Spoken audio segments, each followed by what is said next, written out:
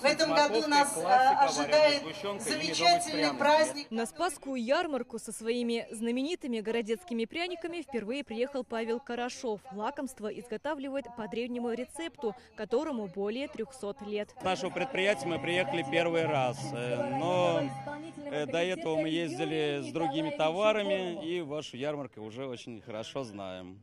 Всегда встречают хорошо, народ доброжелательный, очень приятный.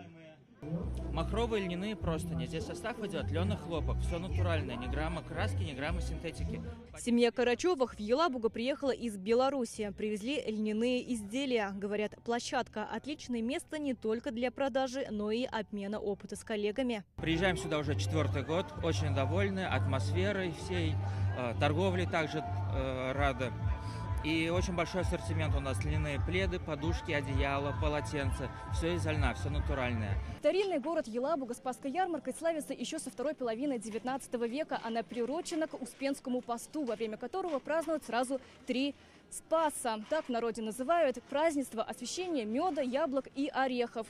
Ярмарка всегда проходила в августе. Сюда съезжались купцы и гости со всех уголков страны. Традицию проведения Спасской ярмарки возродили 16 лет назад. Сейчас это настоящий бренд Татарстана. Здесь сегодня 170 мастеров со всей России. На лавках ювелирные украшения, тульские самовары, чаи, национальные головные уборы, кокошники и тюбетейки. Здесь также можно научиться традиционным и авторским техникам мастеров-ремесленников: бисероплетению, резьбе по дереву, металлу и не только. Например, Кристина Бушенева более 8 лет занимается плетением мандал. Это напоминающее солнце украшение для дома. Стать учеником Кристины может любой желающий. Кристина, скажите, пожалуйста, вот как долго плетется одно изделие? Необходимо минут 30-40.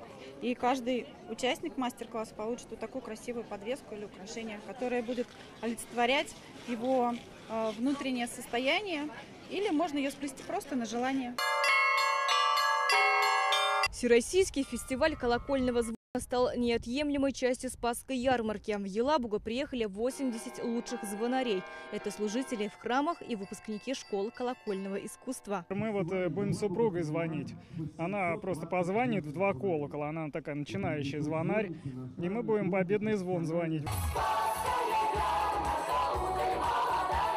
Вся Елабуга сегодня одна большая праздничная площадка. Здесь и театрализованная постановка, реконструкция средневековых боев, конкурс авторской песни «Вдохновение», концерты вокально-инструментальных ансамблей и не только. В год культурных традиций, национальных культур и национальных традиций этот праздник, он имеет особое значение, потому что Спасская ярмарка, лейтмотив которой – объединение культур и традиций народов, проживающих не только в Республике Татарстан, ведь участником ярмарки Спасской в этом году являются представители Грузии, Казахстана, Республики Беларусь. Ежегодно площадка собирает более 250 тысяч гостей. То, что делается руками, это вот такие вот глаза, потому что насколько у нас люди талантливые по всей России.